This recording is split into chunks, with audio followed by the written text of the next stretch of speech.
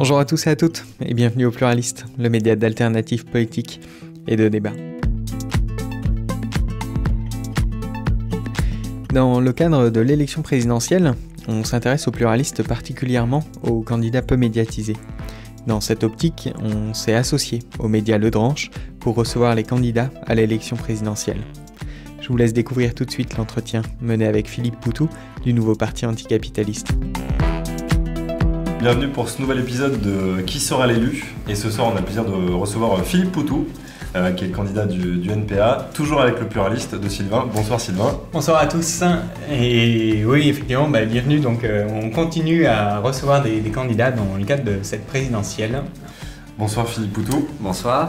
Merci d'avoir accepté notre invitation. Alors l'objectif de l'émission, c'est toujours le même ici, c'est d'aider nos auditeurs, jeunes et moins jeunes, à se préparer à cette échéance qui sera l'élection de présidentielle 2022, à découvrir tous les candidats, se faire leur propre opinion sur le meilleur candidat et aller voter, s'ils le souhaitent bien sûr, en conscience, en tout cas en sachant vraiment pourquoi ils vont déposer un bulletin dans l'urne.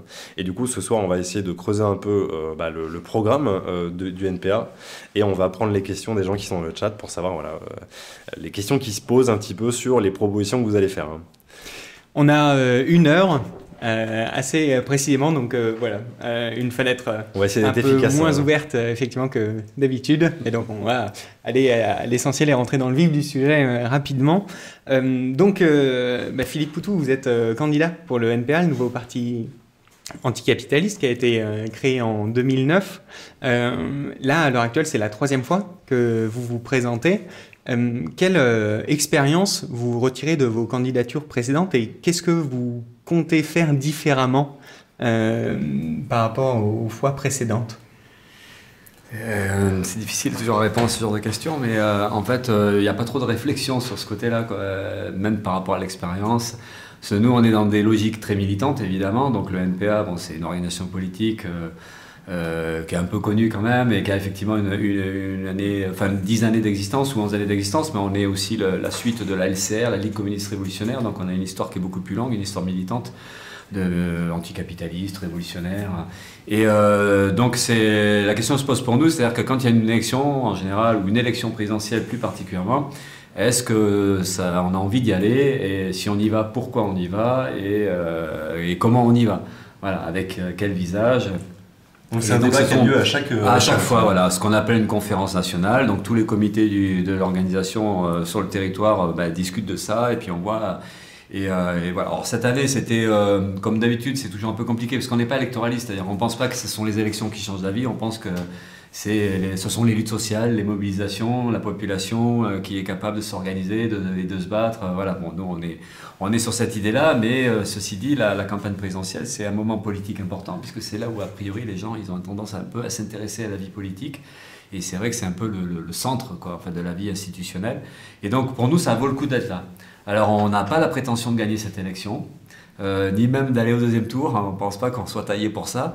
Mais en même temps, ce n'est pas tellement l'objectif, parce qu'en fait la fonction présidentielle, elle nous déplaît fortement. Pour nous, c'est une fonction antidémocratique. Et puis comme je vous disais, l'élection, on pense que ça ne se joue pas vraiment là.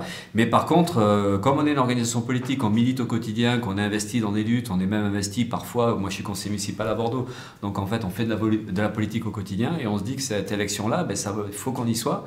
Parce qu'on a quelque part une légitimité à y être, et on a une utilité aussi politique, parce qu'en fait, normalement, on apporte des idées qui sont quand même très peu défendues, très peu entendues, et on est aussi avec l'objectif de rendre visible une partie de la population ou un camp social qui est complètement invisibilisé dans les gros médias.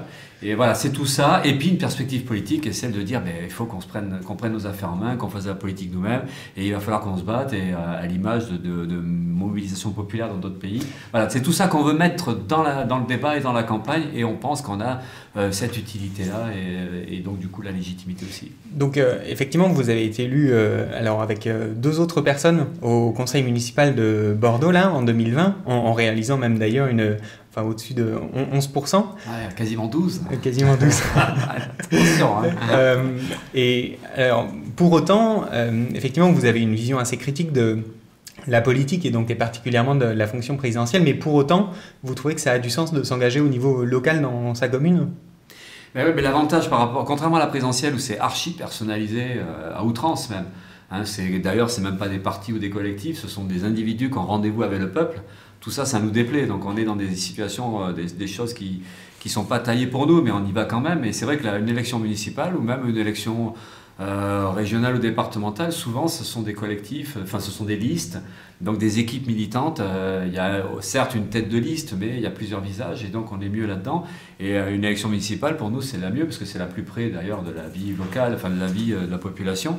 Et donc on peut construire collectivement à la fois un programme et puis essayer d'avoir une action collective. C'est ce qu'on fait, bon, on est 3. Mais ça permet de ne pas être juste tout seul, quoi. Et après, de voir comment on peut être utile aussi à discuter de qu'est-ce qu'on peut faire entendre dans un Parlement bordelais, comment on peut bousculer les routines, comment on peut bousculer le pouvoir qui est installé. Voilà, et les allers-retours avec la population ou les milieux militants, c'est intéressant. Donc on envisage assez plus facilement l'utilité de ça. Et donc, justement, enfin, votre rôle à Bordeaux, vous en faites quel bilan là à l'heure actuelle? Ça marche? Enfin, vous aviez quelle vision? Ça marche. On espère que ça marche un peu. Enfin, on pense que ça marche un peu. Enfin, après, on est impuissant aussi d'une certaine manière. On n'est que 3. Hein. Il y a 65 élus. En fait, la règle électorale est ainsi faite que celui qui gagne l'élection ou celle qui gagne l'élection, elle a le pouvoir absolu. La distribution des postes. Par exemple, nous, on fait 10%. Avec 10%, s'il y avait une proportionnelle intégrale, on aurait 6 ou 7 élus. On n'a que 3 élus. Donc cette disproportion-là, c'est parce qu'en fait, celui qui gagne, il a le bonus. Il a déjà la moitié, plus la proportionnelle, plus son score sur l'autre moitié. Donc en fait, il y a plus de... Alors, le pouvoir étant là, absolu, qu'est-ce qu'on peut faire? Donc c'est pour ça que notre efficacité, elle est difficile à mesurer maintenant. On pense que c'est utile parce qu'on fait entendre des choses, parce qu'on dit des choses qui font plaisir à plein de gens, qui sont jamais dites. On fait chier aussi le pouvoir en place malgré tout, hein, même si on les déstabilise pas. C'est toujours, quand on parle des ATSEM en lutte, il n'y a pas longtemps, ou les animateurs dans les assos qui étaient en lutte, voilà, on en parle. La réquisition des logements, on dit que c'est ça qu'il faudrait faire. La question de la pollution, on parle du transport gratuit. Donc en fait, quelque part, on fait entendre un programme vraiment de gauche, et la gauche qui est en place, qui n'est pas vraiment de gauche, des fois ça la titille. Donc ça a cette utilité-là de poser des problèmes politiques et d'essayer de voir comment on peut aider les gens à s'organiser, à se battre. Voilà. Bon. Donc du coup, mais après à côté de ça, des fois on en a ras-le-bol parce que c'est des heures de conseils municipaux où à la fin on vote, mais en fait on sait que les débats servent pas à grand chose. Enfin voilà, il y a un côté frustrant et on se dit quand même la démocratie telle qu'elle est aujourd'hui, elle est quand même très faible, quoi. C'est beaucoup de la fumée et puis il y a pas malheureusement il n'y a pas de vrai pouvoir pour la population. Donc voilà. Donc il y a le côté évidemment un peu décevant, mais bon, ceci dit, on essaie de faire le boulot et d'être utile. Mais alors vous avez déjà répondu en partie à la question, mais c'est une question qui revient aussi dans le chat, c'est la question de l'efficacité. Effectivement, c'est compliqué d'être efficace à la maille municipale. Vous avez posé un peu la question de l'échéance présidentielle. Vous en aviez déjà parlé en 2017, mais entre-temps, il s'est passé quelque chose d'assez exceptionnel, c'est les Gilets jaunes, qui a été un mouvement d'ampleur nationale, et ils ont obtenu par leurs revendications, alors, on pourra discuter du bilan, mais certains jugent qu'ils ont obtenu pas mal de choses.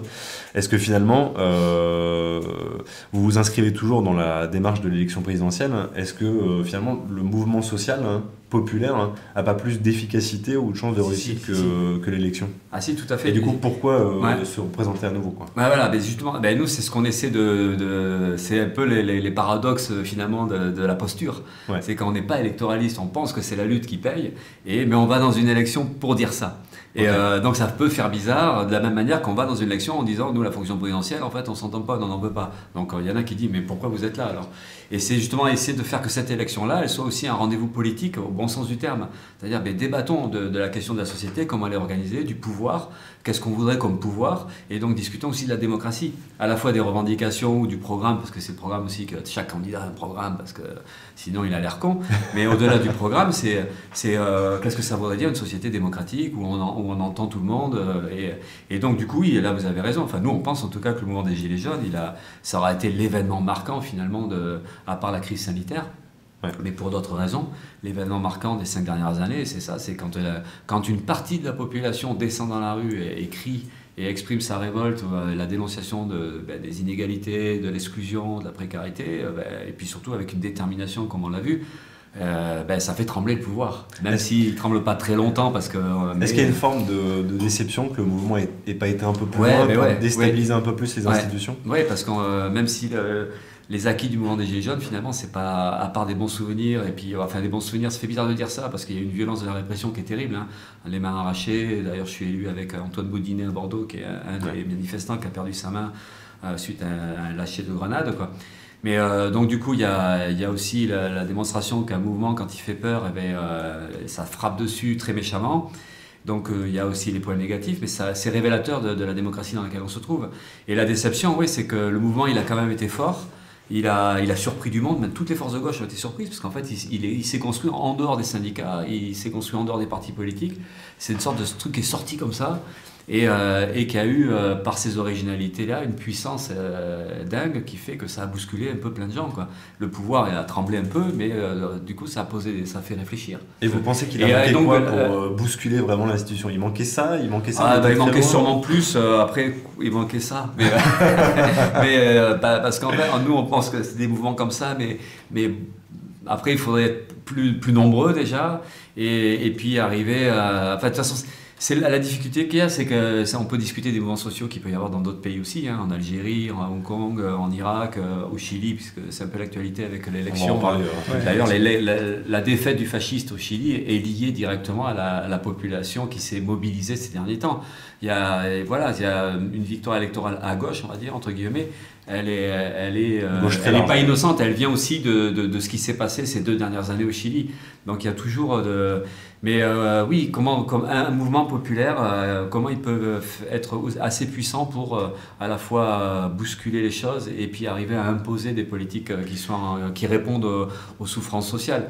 Et bon, ça, on peut parler de révolution comme il y a eu dans le passé, on peut parler de révolte. Mais bon, nous on pense que c'est à construire ou à reconstruire, quoi, de retrouver une force politique qui est capable de poser un peu tous les problèmes de la société et d'avoir des objectifs qui sont la transformation profonde du système capitaliste. Parce que nous on pense que la cible ultime, c'est le pouvoir des possédants, leur propriété, leur richesse, et que ça pose le problème de tout revoir et de tout refaire, quoi. Et est-ce que c'est ça la vraie gauche? Une question qui est dans le chat, est-ce que vous pouvez préciser ce que c'est la vraie gauche? Il y a des questions sur la gauche.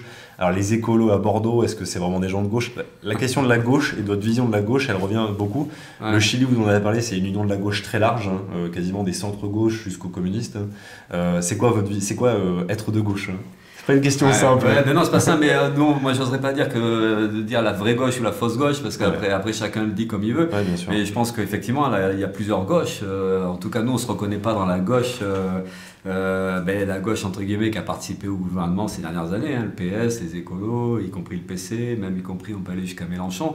Tous ces gens-là ont été dans des gouvernements qui ont renié les valeurs de gauche, qui ont mené des politiques de droite quand ils étaient au pouvoir.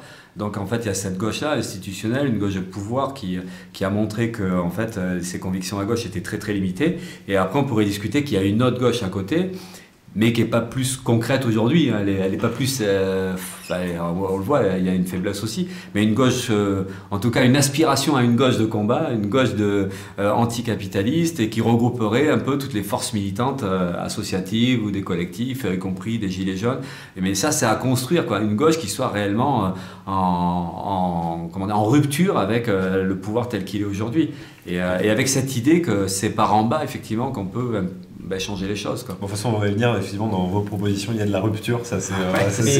Justement, en fait, à la fin de votre entretien sur Mediapart, vous parlez d'un ouvrage qui s'appelle « Comment saboter un pipeline » d'Andreas Malm, en disant que c'était assez inspirant. Et justement, on est dans un contexte là, alors, à la fois de, disons, droitisation du paysage politique, et en même temps d'aspiration très forte chez les jeunes de radicalité. On voit l'émergence de mouvements comme Extinction Rebellion, par exemple.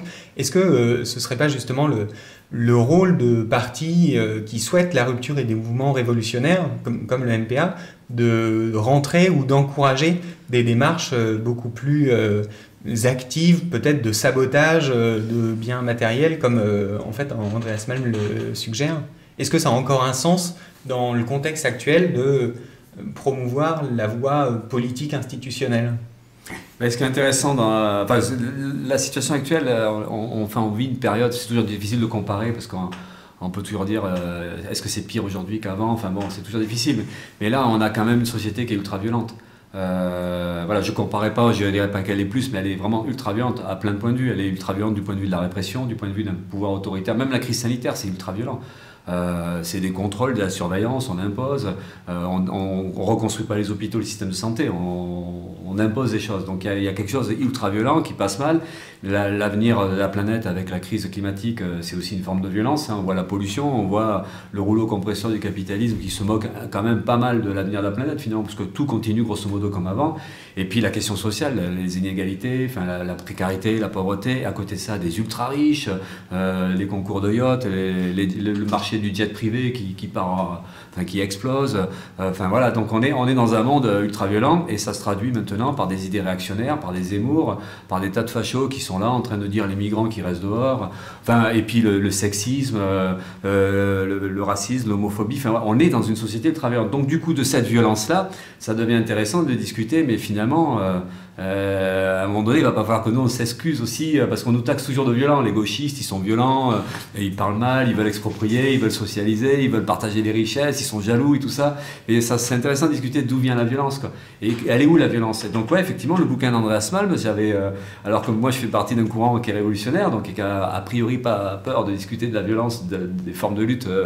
Et Andreas Malm, il discute tout tranquillement de la radicalité dans les luttes et de comment à un moment donné il va bien falloir assumer une forme de violence dans la lutte. Alors pas une violence sur les gens, c'est de dire oui bien sûr on va saboter, bien sûr il faudrait faire ça, bien sûr, et puis il y a toute une jeunesse aujourd'hui dans les luttes environnementales notamment, mais pas que. Le mouvement féministe, il a une forme de radicalité qui fait du bien. C'est-à-dire, c'est pas que des slogans sur les murs, s'attaquer au patriarcat, s'attaquer à cette violence masculine, enfin, c'est bien, mais c'est ça qu'il faut qu'on arrive à faire, qu'on arrive à assumer.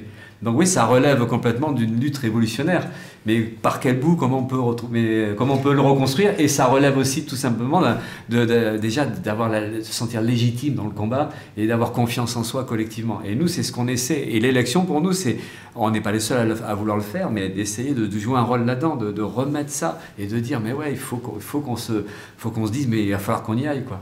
Quand vous dites qu'il faut qu'on assume, ça veut dire que la gauche aujourd'hui a un problème justement avec cette idée de rentrer dans des formes d'action plus directes? Mais la gauche, elle a complètement capitulé. Au sens général, elle a capitulé, mais la gauche, c'est pas... Quand on voit l'histoire, même juin 36 avec Léon Blum, il y a eu une grève énorme qui fait qu'il y a eu des acquis. Mais c'est la grève, les acquis, c'est même pas Léon Blum. Et à l'époque, Léon Blum, il disait, il y a le mur de l'argent, où il y a les 200 familles. C'est-à-dire qu'en fait, la gauche, dès qu'elle arrive au pouvoir, elle dit, ah, désolé, on peut pas, on est bloqué parce qu'il y a des capitalistes, en fait. Mitterrand arrive, c'est la crise, l'austérité, hop, ben ouais, on peut pas, il faut être réaliste, tout ça. Puis après, Jospin, et tout le monde se disent, ben voilà, on peut pas faire tout ce qu'on veut. Et donc en fait, la gauche, elle a appris à renier ses idées, à abandonner la bataille et finalement à s'intégrer, à s'adapter et à mettre en place carrément des politiques ultralibérales. Et là aujourd'hui, c'est incroyable comme tout est complètement intégré. C'est-à-dire qu'en fait, tous les candidats qu'on a qui se disent de gauche, en fait, si on devait faire un test, comme il y en a des fois en ligne, êtes-vous de gauche ou quel est votre candidat préféré? Si on fait le questionnaire à Hidalgo et tout ça, ben à la fin, c'est la droite, ils sont de droite, quoi. Parce qu'en fait, ils n'ont plus rien de gauche. Et donc du coup, c'est comment on arrive à se sortir de ça. Et ouais, ça pose le problème d'assumer, de se dire, mais c'est quoi aujourd'hui être de gauche? Dans ce système-là, la gauche, normalement, c'est le camp des pauvres ou le camp des exploités contre le camp des riches. Aujourd'hui, la gauche, elle est complètement... enfin, c'est comme si ce sont des gestionnaires, quoi, des gestionnaires un peu différents. Et on le voit même localement, à Bordeaux, par exemple, ou à Grenoble avec les maires écolos, on le voit dans les départements, dans les régions, la gauche, il n'y a plus de rupture, quoi. Une équipe de droite s'en va, ce sont les mêmes collaborateurs ou ce sont les mêmes hauts fonctionnaires. D'ailleurs, à Bordeaux, c'est ça qui se passe. C'est la même équipe de hauts fonctionnaires qui gèrent tout et on se dit il y a un truc qui va pas, quoi. Et voilà. Donc qu'à Grenoble avec Éric Piolle, par exemple, il n'y a pas eu un peu de rupture dans la... Ah non. Enfin moi je suis pas grenoblois, mais j'ai des camarades grenoblois et puis il y a le postillon, je connais, il m'avait envoyé le bouquin, il raconte, il décrive ce que c'est que cette politique-là. Et non, il n'y a rien de rupture, et même il y a des choses par rapport aux luttes des bibliothécaires il n'y a pas longtemps, ou par rapport à, pas que des luttes environnementales, des questions sociales qui sont posées, le gouvernement se comporte de manière autoritaire, enfin le pouvoir à Grenoble se comporte de la même manière, et a une tendance à être aussi arrogant, méprisant. Et voilà, donc nous, on a besoin de rediscuter de ce que c'est, quelle gauche on a besoin, quoi, et surtout pas de celle-là. Et donc, ça, voilà, il faut qu'on rediscute. Et André Asmal, je trouve qu'il aide parce qu'il le fait tranquillement et il dit, ben ouais, voilà, comment on peut faire, et en se servant des luttes de Gandhi, de Martin Luther King, parce que c'est intéressant. Il y a aussi toute l'histoire qu'il faut qu'on se réapproprie.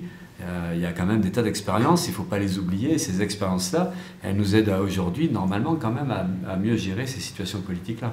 Bon, il y a des Grenoblois qui semblent être d'accord avec vous sur une partie de la politique, en tout cas dans le chat. Il y a plein de questions un petit peu mais plus précises, je ne sais pas si vous voulez rentrer dedans, mais sur est-ce que vous participeriez à un gouvernement de Jean-Luc Mélenchon? Est-ce que Jean-Luc Mélenchon et Fabien Roussel, c'est pas quand même encore un peu la gauche, tout ça?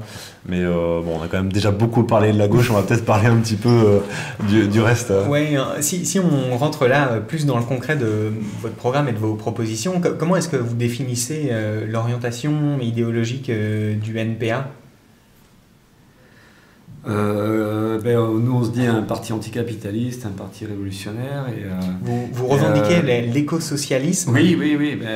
Vous entendez quoi par là? C'est un terme qu'on n'est pas les seuls à revendiquer, même y compris, je crois, du côté de la France Insoumise. Après, c'est vrai que des fois, c'est un mot qui n'est pas trop connu encore et on n'a pas, ça dit pas forcément les choses très clairement. Mais l'idée, c'est qu'en fait, la lutte aujourd'hui sociale et écologique, c'est la même, quoi. Et donc, du coup, c'est pas juste faire coordonner les deux batailles, c'est qu'on ne peut pas être écolo sans être social, ou je ne sais pas comment on accorde là, et l'inverse. Et donc oui, et nous par contre on pense que les deux luttes elles relèvent de l'anticapitalisme. On ne peut pas aujourd'hui répondre à l'urgence sociale, c'est forcément la confrontation avec le capital, avec les possédants. Et aujourd'hui avoir une politique environnementale, on le voit d'ailleurs avec les échecs lamentables des COP, y compris la COP26, c'est que si on ne se sort pas du capitalisme, on n'aura pas de réponse efficace sur la question des gaz à effet de serre ou sur la question de la pollution, de l'extraction et tout ça. Donc il faut se dégager des lois du capitalisme et empêcher en fait les grosses sociétés et les ultra-riches de nuire. Et donc ça veut dire qu'il faut reprendre en main une bonne partie de l'économie et en faire des outils publics sous contrôle des salariés, de la population. Et donc, en fait, ces deux luttes, environnementale et sociale, elles se tiennent, parce qu'en fait, on s'aperçoit qu'une réponse sociale, elle est souvent écologique, ou une réponse écologique, de fait, elle est aussi sociale. Donc, ça serait l'écosocialisme, en fait, une société socialisée, une société communiste, en fait, mais avec la notion environnementale beaucoup plus importante, vu qu'on est en pleine merde de ce côté-là, quoi. Alors, effectivement, en tout cas, dans le programme de 2017, et ce sera probablement en 2022, il y avait la proposition de resocialiser ou nationaliser, je ne sais pas comment on doit le dire, pas mal de secteurs de l'économie, l'énergie, l'eau, le transport. Il y a aussi, si on revient sur l'écosocialisme, on se pose une question qu'on n'a pas posée qu'à vous d'ailleurs, mais donc il y a la nécessité du coup écologiste, et dans le même temps, dans le programme, il y a la nécessité aussi d'améliorer le pouvoir d'achat de beaucoup de gens. Alors il y a le SMIC à 1 800 €.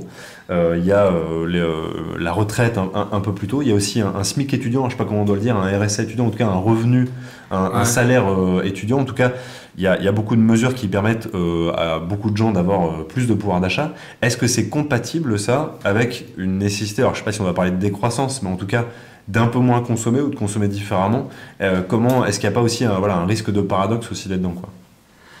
Non, ça peut être incompatible, mais en fait non, parce que c'est une réorganisation de la société et de l'économie.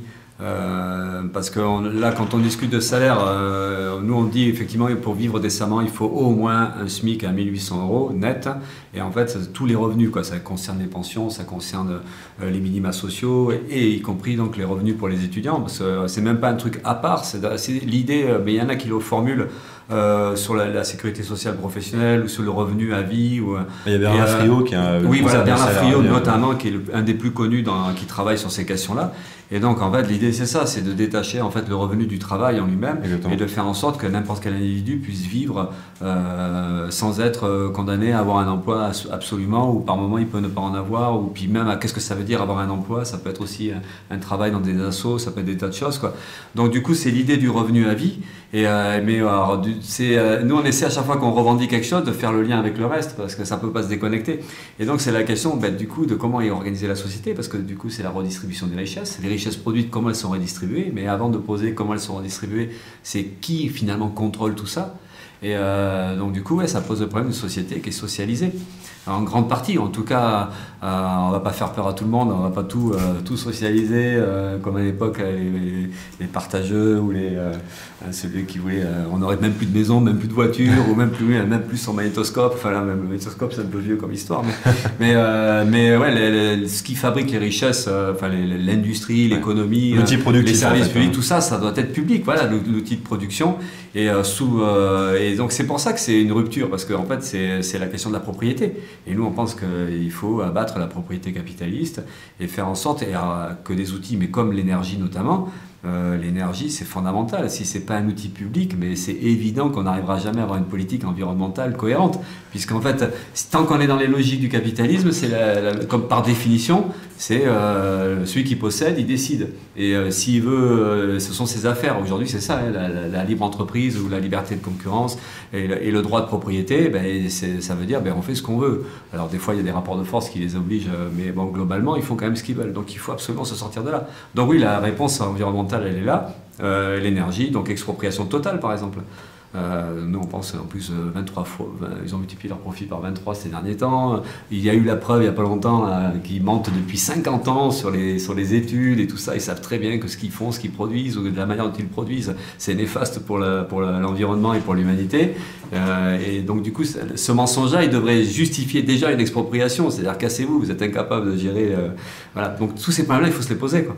Mais est-ce que ça permet, parce qu'on s'est beaucoup interrogé là-dessus, est-ce que ça permet d'éviter. Ça se gère à la maille nationale, hein. C'est-à-dire qu'effectivement. Donc, l'idée pour être claire pour nos auditeurs, ça serait il n'y a plus d'individus qui peuvent détenir seuls un outil productif qu'ils n'utilisent pas. C'est ça le principe de base. Ouais, la socialisation, c'est pas la nationalisation, c'est la socialisation, parce que la nationalisation, c'est toujours un peu ambigu, c'est un État, et les États, c'est pas forcément, enfin voilà, on règle pas tout en étatisant, mais la socialisation, c'est l'idée surtout de secteurs entiers de l'économie qui soient collectifs, enfin qui sous contrôle collectif, et notamment des salariés ou des gens compétents. La question de l'énergie, par exemple, mais après, les banques, nous on pense que les banques, ça doit être socialisé. Les banques, ça doit être un outil au service des populations, au service très large, et donc ça suppose que ce ne soit pas entre les mains du privé, parce que les banques, elles vont placer l'argent là où ça les arrange, là où ça rapporte, et il faut sortir de ça. Donc tout est dans l'idée de la socialisation, du côté ultra-collectif. Ça paraît complètement utopique dans un monde ultra égoïste aujourd'hui, mais ça fait partie des perspectives et des conditions pour s'en sortir. C'est qu'en fait, il faut être capable aussi de poser les problèmes de cette manière-là, quoi. Et comment est-ce qu'on articule justement, parce qu'il y a une très forte logique d'autogestion, mais en même temps de gestion au niveau national, de planification. C'est une démarche que vous revendiquez. Comment est-ce qu'on peut faire en même temps de l'autogestion et de la planification au niveau national? Enfin, ça apparaît tout à fait. D'ailleurs, il y a des universitaires, il y a un prof de fac de Bordeaux justement qui a écrit là-dessus. Il faut les deux. Parce que la planification, évidemment, ça a une notion très centrale, au moins au niveau d'un État, mais même pourquoi pas au niveau d'un continent. Par exemple, l'Europe pourrait... donc il y a ce côté-là, mais ça pose un problème démocratique. C'est que plus c'est concentré, plus c'est décidé par en haut, plus c'est décidé largement, plus ça peut s'éloigner aussi d'intérêts très locaux et tout simplement de la population. Et donc ça peut ne pas forcément être très démocratique. Donc du coup, il faut concilier les deux. L'aspect planification à une échelle large, mais en même temps des formes d'autogestion qui permettent localement, plus ou moins largement, que la population ait un droit de décision sur ce qui la concerne, sur l'environnement ou sur l'organisation sociale.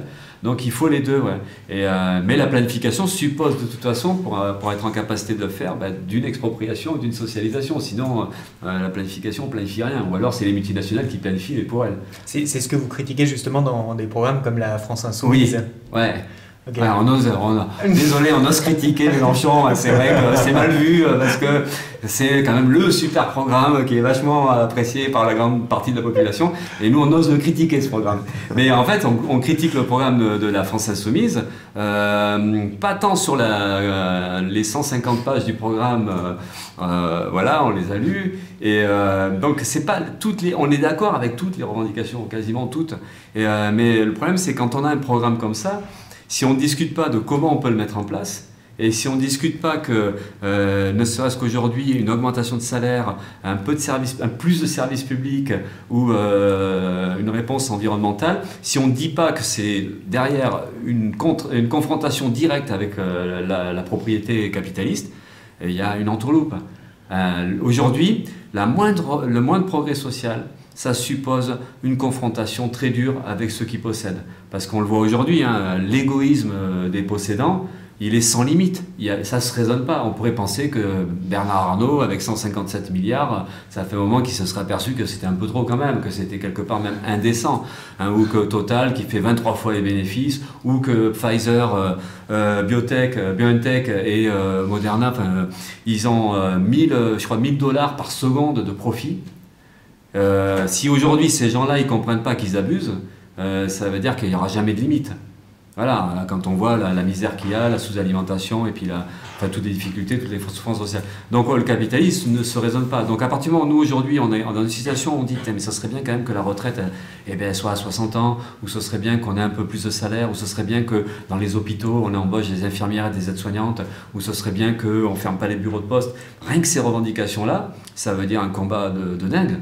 Parce qu'il faut refaire tout à l'envers.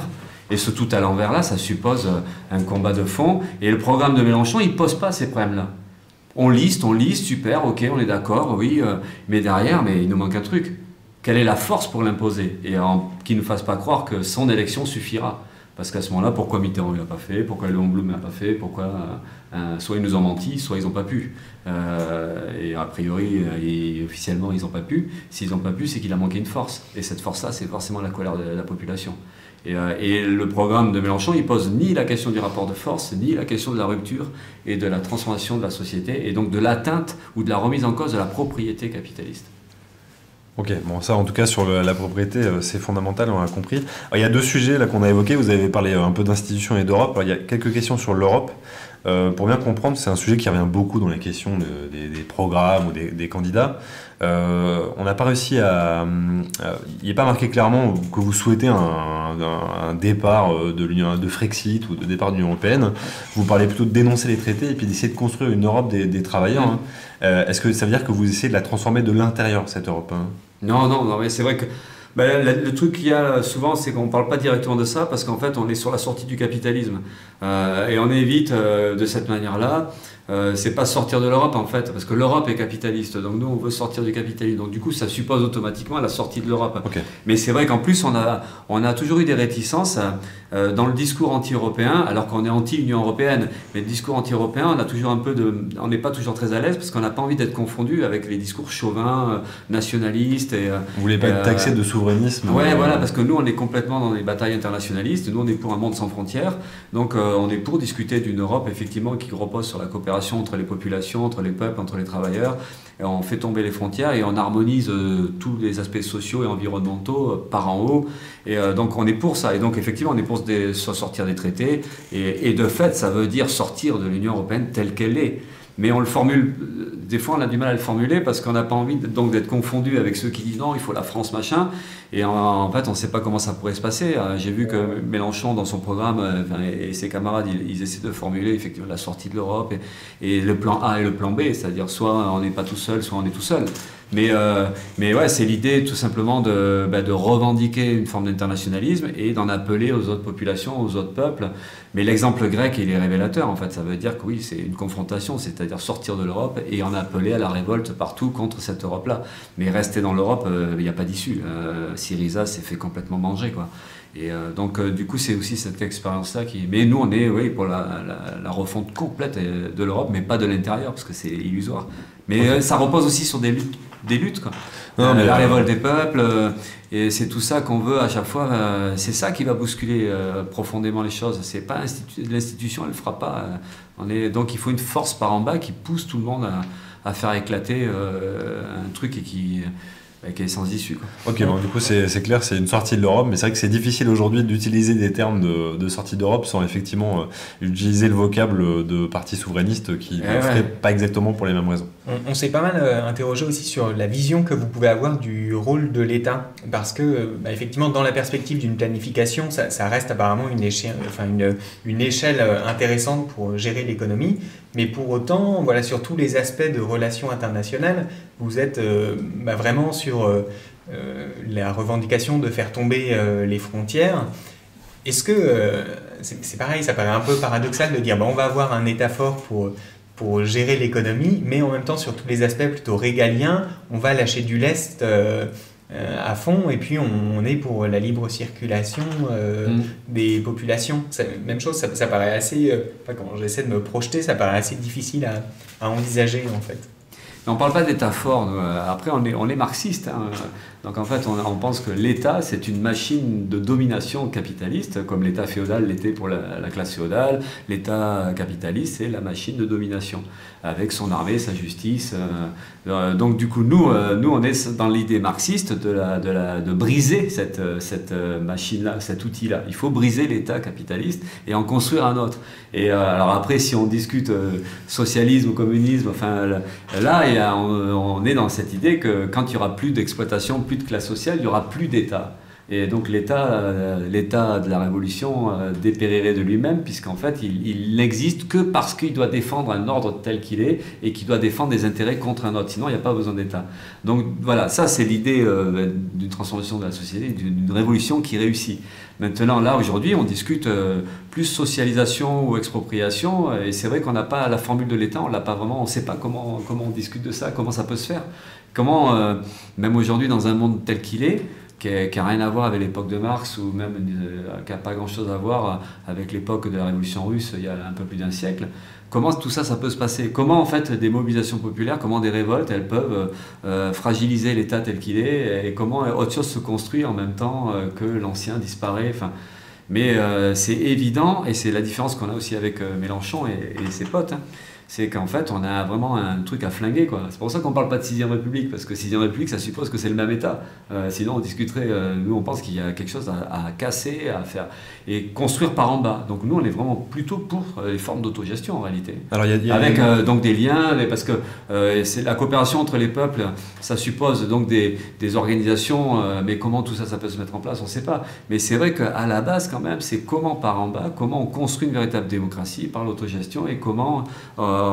avec les moyens techniques, on peut assurer une coopération très large. Mais c'est vraiment... Alors, il y a pas mal de questions par rapport à ça. Du coup, les gens s'interrogent beaucoup comment on arrive à ça, comment on fait tomber un État capitaliste. Est-ce qu'il faut attendre de gagner les élections, de trouver une faille, un moment, en tout cas une opportunité pour les gagner, et puis après, une fois qu'on est au pouvoir, on casse tout, ou est-ce qu'il faut faire différemment?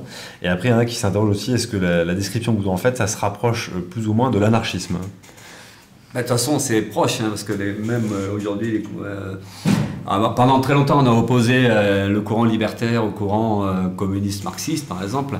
Et plus ça va, plus il y a quand même, on se dit, bon allez, c'est un peu con, il y a des choses qui sont très communes, ça ne veut pas dire qu'il n'y a pas des nuances ou des façons de... Tout n'est pas exactement pareil, évidemment. Mais moi, et au NPA, c'était ça qu'on voulait faire, quoi. C'était construire un parti qui regroupe justement des traditions différentes, et notamment libertaires, marxistes. D'ailleurs, on peut être libertaire et marxiste, mais communiste ou libertaire. D'ailleurs, il y a aujourd'hui des courants communistes libertaires. Enfin, nous, on pense que tout ça, ça peut se joindre. Et après, la question, c'était comment on y arrive. Comment on y arrive? On ne va pas faire les malins, on ne sait pas vraiment. Mais parce qu'aujourd'hui, on voit par exemple le Chili, c'est quand même un truc qui est très intéressant. Le Chili, une lutte énorme. Et là, aujourd'hui, par exemple, on a une élection, enfin c'est tout récent, une élection qui fait que le candidat fasciste perd assez largement, en plus 56%. Ouais. il y a une remobilisation de l'électorat à ce moment-là, et on peut parler plus de la défaite du facho que la victoire de la gauche, parce que la victoire de la gauche, de loin, ça fait sympa comme ça, mais nous on a passé la soirée avec des camarades chiliens qui sont en exil en France depuis très longtemps, et qui nous racontaient que la gauche là-bas, c'est un peu comme ici, c'est que c'est pas très fiable en fait. Mais ce qui s'est passé, c'est qu'en fait, comme il y a eu une grosse lutte au Chili ces dernières années, juste avant la crise sanitaire, qui avait d'ailleurs réussi à gicler la constitution de Pinochet, oui. C'est quand même la lutte qu'il fait, alors que la gauche était déjà arrivée au pouvoir au Chili, hein, mais elle n'avait jamais viré la constitution de Pinochet, alors que la gauche avait la présidence, hein, c'était la présidente socialiste Michelle Bachelet. Et il faut une révolte populaire pour balancer voilà. Et en fait, cette victoire électorale, elle est certainement très liée à la mobilisation de la population, à la fois des luttes féministes, des luttes antiracistes, pour les Indiens. Il y a une assemblée constituante avec une présidente mapuche. C'est ce climat social qui a certainement permis de mobiliser les troupes dans l'élection, alors qu'il y a la gauche, elle n'est pas très crédible. Et voilà, maintenant, qu'est-ce qui va se passer derrière? Et on espère que ça va dynamiser la lutte et qu'en fait, il faut vraiment compter sur une capacité de la population à être là, hyper vigilante, et de dire, ben, c'est nous qui menons la danse, et toi qui es élu, tu vas faire ce que nous, on te demande de faire. C'est ça, l'espoir, il est là, en fait. Est-ce que vous n'avez pas peur qu'on vous ramène incessamment à l'exemple chilien en disant, ah oui, il faut que la gauche se réunisse, c'est indispensable pour battre l'extrême droite, hein? Si, mais ce qui est intéressant, c'est ce qui se passe dans la rue. Et là, aujourd'hui, en France, de toute façon, malheureusement, il n'y a pas de mobilisation sociale comparable. Et après, ça n'empêche qu'il faut quand même discuter de ce que c'est que la gauche, y compris là-bas au Chili, hein, mais là, on va discuter d'ici parce qu'on est plus concerné directement. Et l'unité, oui, mais l'unité, pas avec des gens qui nous ont trompés, menti et qui nous ont tapé dessus. Donc on en revient toujours à la discussion du début. Quelle gauche on a envie de reconstruire? Et on aurait besoin d'en débattre. Et c'est pour ça que c'est ça qui manque là. Parce que, je ne sais pas si je l'ai dit là à vous tout à l'heure ou dans une autre interview, je ne me rappelle plus pourquoi je mélange. Mais on a Mélenchon qui va débattre avec Zemmour. On a Roussel, un grand candidat de gauche aussi. Donc Fabien Roussel, le candidat du Parti communiste. Du Parti communiste qui débat à la fête de l'UMA avec Pécresse. Hein, avec des grands sourires, des mains sur l'épaule et tout ça. Et puis, en fait, il n'y a jamais de débat entre les candidats de gauche ou soi-disant de gauche. Et pourquoi on n'a pas une table où on se retrouve avec, mais même avec Hidalgo, Roussel, Jadot, Mélenchon, et nous, qu'on puisse discuter justement de qu'est-ce que ça veut dire l'unité, est-ce qu'elle est utile, pourquoi, comment, et quel lien, l'histoire de programme avec les luttes, comment ça peut, si on gagne, qu'est-ce que ça veut dire gagner une élection. Est-ce que c'était pas un peu le projet du socle commun de la primaire populaire, hein? Et la primaire populaire, elle dit voilà, tous, on peut s'entendre, et ça fait pas sérieux quand on nous dit, même Taubira, ok, chouette, une de plus, enfin elle dit qu'elle est... Christiane Taubira qui vient de se Taubira, je dis pas les prénoms, mais... Non, mais c'est juste pour dire, oui. Elle vient de se faire, de présenter sa candidature. Voilà, Taubira, elle pourrait être la super candidate qui réunifierait la gauche, et puis nous on se dit, mais Taubira, elle était avec Hollande, qui était avec Macron, qui était avec Valls, ça fait pas très de gauche tout ça. Et puis si on revoit la carrière politique de Taubira, pareil, c'est aussi ultra-libéral, alors avec des valeurs, des valeurs sociétales, des valeurs humanistes, et puis même au niveau de culture, l'avantage de Taubira, c'est celui-là, c'est qu'elle ne ressemble pas à ces politiciens à la con, il y a quelque chose qui est un peu de haute stature. Mais politiquement, non, c'est pas sérieux. Il faut que, nous, on pense qu'il faut l'unité de la gauche ou la primaire de la gauche, il faudrait discuter de qu'est-ce qui s'est passé il y a 5 ans.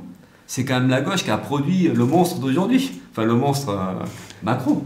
Enfin, donc on a besoin de discuter, mais qu'est-ce qui se passe et qu'est-ce que ça veut dire? Et là, il ne faut pas faire les innocents, on ne peut pas faire comme s'il n'y avait pas d'histoire, comme s'il n'y avait pas, et nous on n'est pas disposés à se refaire avoir une autre fois. Donc il faudrait être capable de mettre ça à plat et de dire mais comment on fait alors? Parce que le problème il se pose effectivement, on a peur, l'élection elle est pourrie, le deuxième tour, même si c'est pas Zemmour ou Le Pen, si c'est Pécresse contre Macron, c'est pourri quoi. C'est-à-dire que oui, nous militants de gauche, on est devant un spectacle lamentable.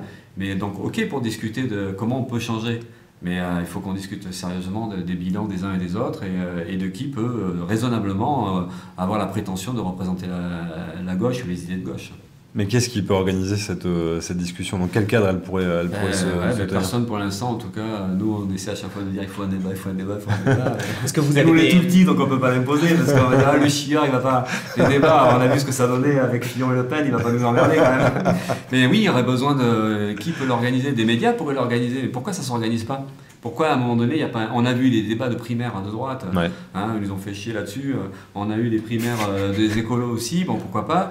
Et pourquoi à un moment donné, on ne dit pas, enfin, personne ne voit l'intérêt qu'il y aurait à ce que ces candidats de gauche se retrouvent et discutent, parce que là la discussion où ce qui sort c'est ah ouais la gauche elle est nulle, elle est divisée, tout ça, mais ouais, mais il n'y a aucun moment il y a eu un espace où on peut justement favoriser cette discussion là et l'explication de pourquoi on en est là, quoi. Mais vous, enfin là depuis 5 ans, vous avez aucun contact avec Si.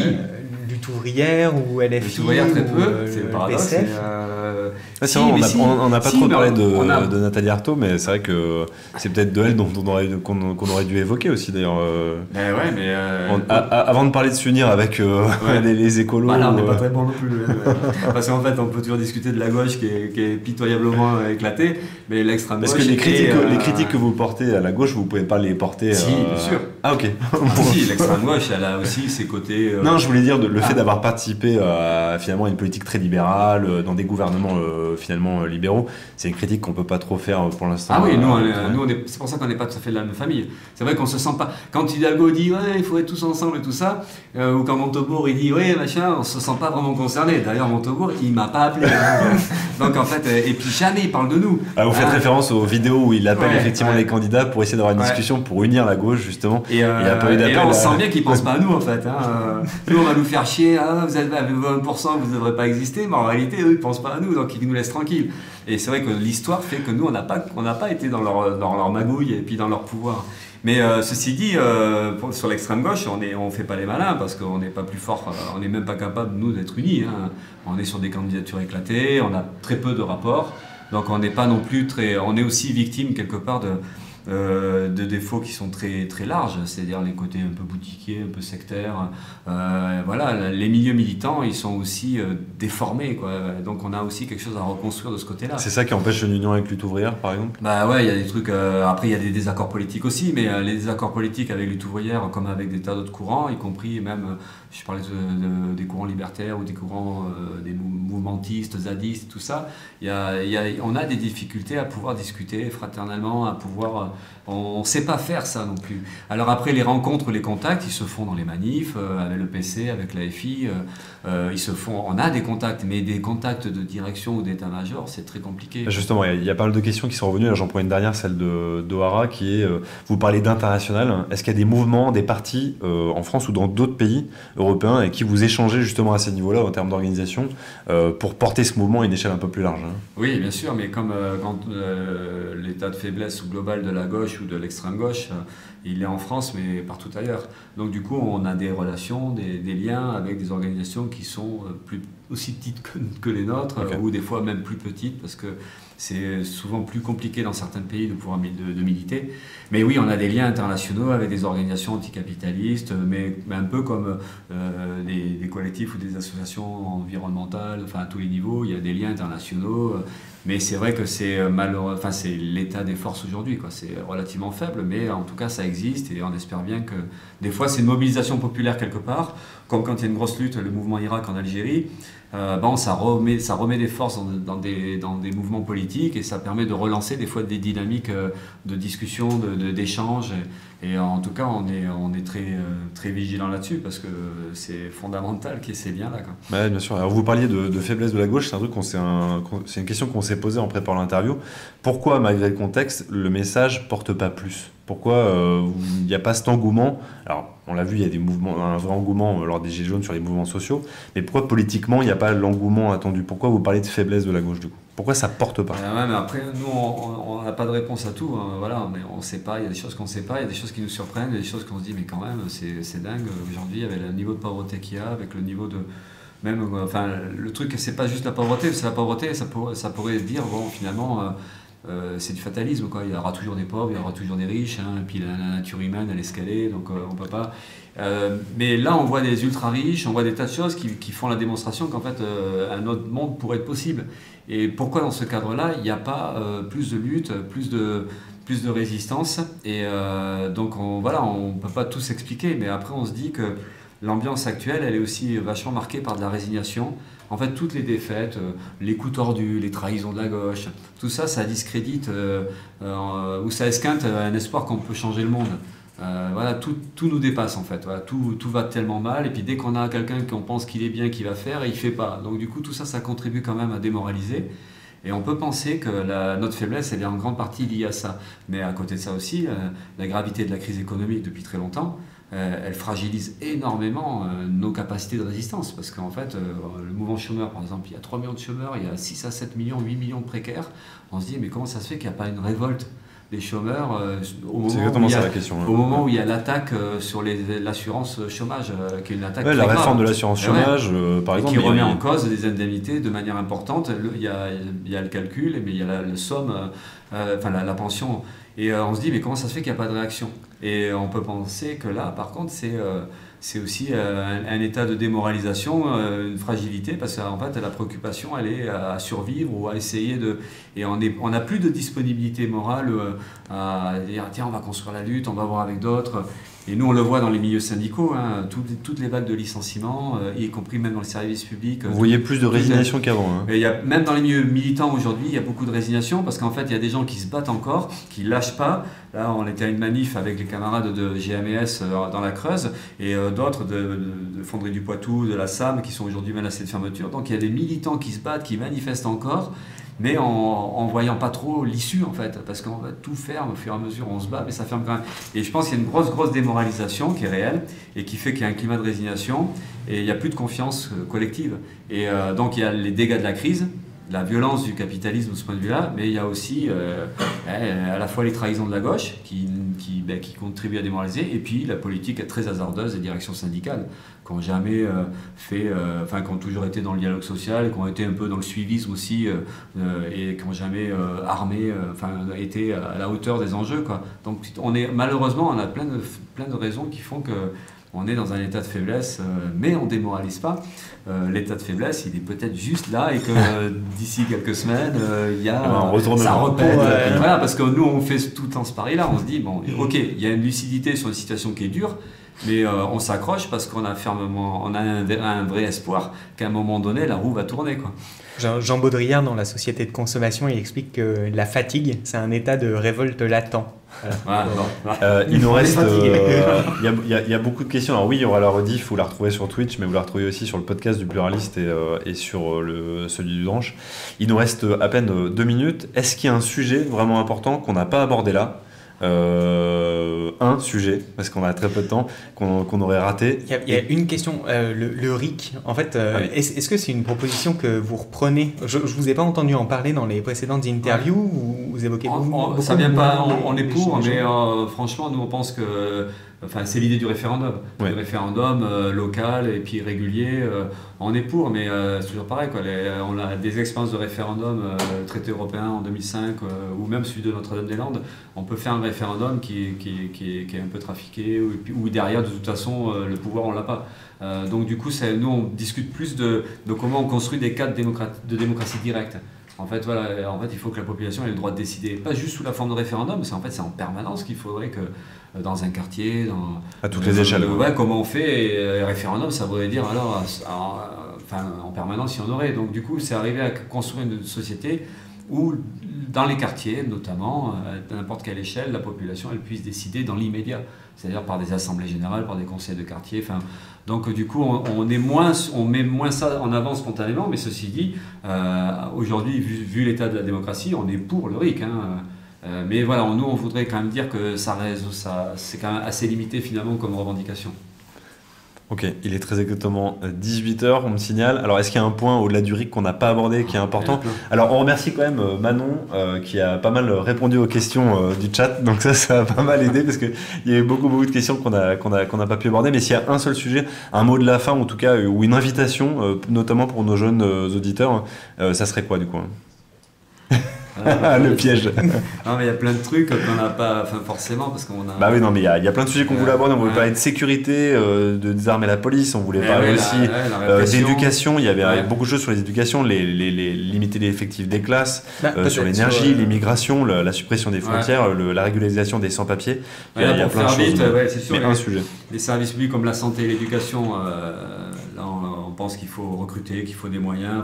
Mais ça, c'est la question de la répartition des richesses. Il faut des services publics, des outils publics importants. Et là, ça reposerait même, pour en parler d'un point de vue démocratique, que la population, les salariés en tout cas concernés, soient en capacité, eux, de développer ces services publics-là. Parce que la compétence, elle est là. Donc c'est le milieu médical ou le milieu hospitalier doit pouvoir avoir la décision de voir comment on recrute, qui, voilà. Et dans l'école, oui, il faudrait que ce soit les enseignants, ou pas que les enseignants, mais le personnel adulte dans les écoles qui puisse avoir la mainmise sur ça et alléger les classes, recruter, former. Et d'un point de vue même de la pédagogie, du point de vue de la pédagogie, une autonomie est fondamentale pour les enseignants, parce que là on voit Blanquer et toute la bande réac derrière qui essaie de remettre de l'ordre à la République, machin. Donc il y a un danger aussi à tous les niveaux, quoi. Donc voilà, c'est assez vite fait. Après les migrants, ben ouais, nous on est pour l'ouverture des frontières, donc pour nous l'accueil des migrants c'est fondamental, c'est un besoin humanitaire urgent, il faut répondre à ça, accueillir, il y a les moyens pour accueillir, mais derrière c'est la question politique de la liberté de circulation et d'installation. Donc on le revendique, et là, juste par rapport à l'extrême droite, nous on pense qu'une des façons de combattre l'extrême droite, c'est d'assumer de la manière aussi décomplexée qu'eux. Voilà. C'est-à-dire qu'en fait, eux, ils sont pas gênés de parler comme ils parlent de la question des migrants, de l'invasion, du remplacement et tout ça. Nous, on assume complètement et fièrement cette idée que nous, on est pour la liberté de circulation, on est pour accueillir tout le monde et ça nous fait pas peur, qu'il n'y aura pas d'appel d'air et qu'il y a une souffrance humaine, il faut la prendre telle qu'elle est, et qu'en plus, la souffrance humaine, elle est quand même liée aux politiques impérialistes et colonialistes. La France joue un rôle pourri là-dedans, elle vend des armes à des saloperies de dictature, Arabie Saoudite, Émirats Arabes Unis, l'Égypte, et donc c'est tout ça qu'il faut aussi mettre au centre de la discussion, c'est les politiques colonialistes, néocolonialistes, et peut-être que le dernier mot c'est la solidarité avec le peuple kanak, qui n'a pas perdu le référendum parce que c'est un référendum trafiqué, voilà, mais que la lutte continue contre le colonialisme de l'État français, une solidarité avec les populations antillaises et guadeloupéennes, martiniquaises, parce il y a eu une bataille, même si aujourd'hui ça prend un peu et puis la population guyanaise, c'est pas par rapport à Taubira, mais tout ce qui est, voilà, ça fait partie des choses qu'on veut faire entendre dans la campagne, c'est une solidarité avec ces populations-là qui subissent les rapports de domination coloniale, et on est pour que se discute concrètement cette autonomie, cette indépendance qu'on revendique largement. Alors j'ai une dernière question et qui permettra d'ouvrir un peu pour la suite, c'est on demande si on veut se renseigner, aller plus loin, est-ce qu'il y a un endroit, un site, un forum, un lieu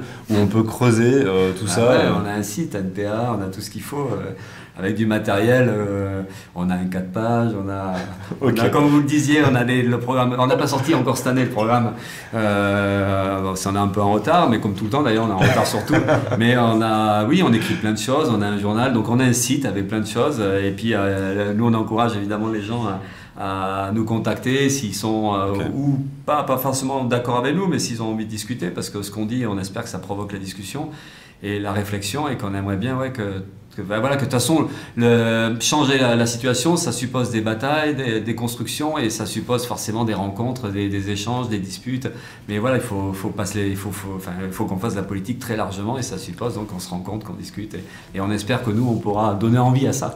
Ok, très bien. Merci Ecladus d'avoir partagé le site, donc nouveaupartianticapitaliste.org.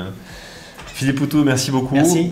C'était intense, mais c'était super intéressant. On va donc vous pourrez retrouver toute l'émission en podcast sur à peu près toutes les plateformes, et notamment sur le mur des podcasts de Ouest France, et aussi chez le Pluraliste. Et sur YouTube également. Merci à tous et à très bientôt, en tout cas à la rentrée pour nous, pour les confs de rédac. Et Philippe Poutou, merci encore, bonne chance pour les parrainages, bonne chance pour la suite. On n'a pas parlé des parrainages, mais bon, c'est pas... Il y a eu beaucoup de questions sur les parrainages, est-ce que vous pouvez dire juste un mot sur les parrainages pour rassurer peut-être les gens qui étaient inquiets dans le chat? On est loin du compte, mais c'est comme d'habitude, comme il y a 5 ans, comme il y a 10 ans, on est juste à la porte des 200, et il nous en reste 300, et il nous reste 2 mois pour les trouver. Voilà. Ok. Et on sait que Bon, la dynamique, elle est vers la fin quand même, mais voilà, c'est une prise de tête aussi. J'imagine. Ah, Bah, chaud. bonne chasse au parrainage. Il faut absolument qu'on les ait parce qu'on a envie de faire chier dans cette campagne. Et de faire un autre débat à la télé. Mais on n'est pas à tout. Hein. Voilà. Mais on y va. Hein. Si on s'invite, il faut forcer les choses, mais si on peut, on sera là. Ok, et bah voilà, on vous le souhaite. Très bonne soirée, merci Bonne à tous soirée. dans le chat et à bientôt. Au revoir. À bientôt. Au revoir.